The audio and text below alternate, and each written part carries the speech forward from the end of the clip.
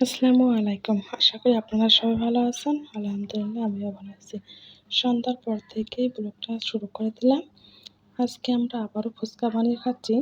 কিন্তু আজকে মোরসালান আপু আমাদের হেল্প করেছে এবং আমাদেরকে বানিয়েও খাওয়াচ্ছে। আজকের ফুচকাটা কিন্তু খেতে অনেক মজা হয়েছে।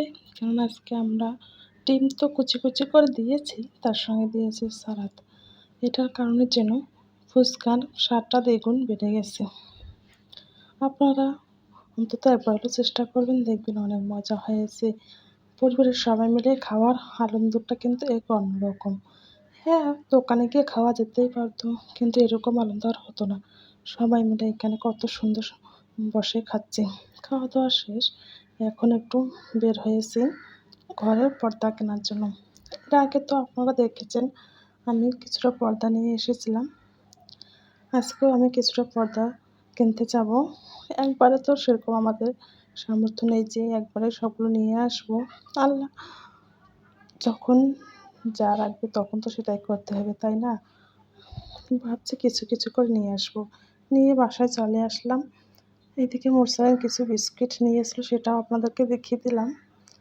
বালতির মধ্যে বিস্কুট কত কিউট, তাই না? আর আমি কিছুটা চিড়া নিয়েছি। এগুলো ভাজা চিড়া খেতে অনেক মজা লাগে। আর এখানে একটা চেয়ার কিনেছি। এই বাসা আসার পরে কোনো চেয়ার নেই। মোরসালান যে একটু বসে লেখা লিখবে তারও কোনো উপায় ছিল না।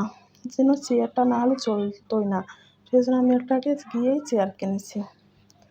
এরপর আমি পর্দা কিনেছি ৫ টা।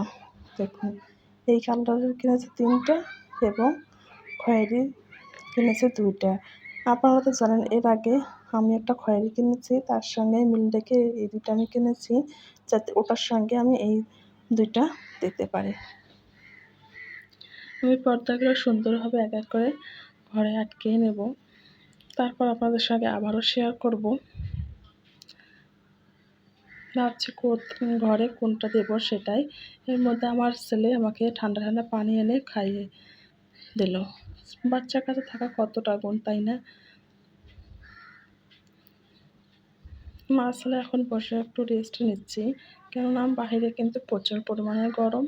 এর মধ্যে গরমের মধ্যে আমার ছেলে আমি এসে কিন্তু পুরোটাই ক্লান্ত হয়ে গেছি।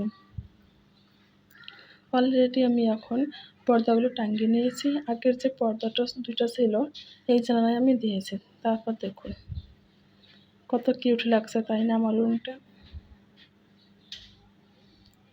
এখানে কিন্তু আমি ২ টা পর্দা দিয়েছি, কারণ এই জানলাটা ছোট। এই জানলাটা কিন্তু অনেক বড়, সেজন্য এখানে একটু পর্দার পরিমাণটাও বেশি লেগেছে।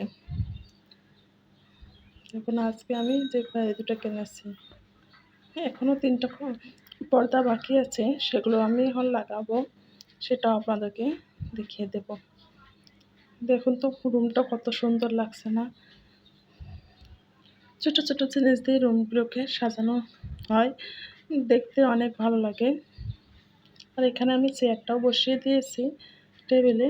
মোরসালান বসে লেখা লিখতে পারবে। আর যে ৩ টা একই রকমের কিনেছি সেটা আমি এই রুমে সেট করে দিয়েছি। বেলকনির দরজাটা কিন্তু একটু ছোট, সেই জন্য আমি এখানে একটা পর্দা দিয়েছি এবং জানালায় দিয়েছি। দেখুন এটা কার কাছে কেমন লাগছে বুঝতে পারছি না। আপনারা কমেন্ট করে জানিয়ে দেবেন তো কোন রুমের পর্দাটা আপনাদের বেশি সুন্দর লেগেছে।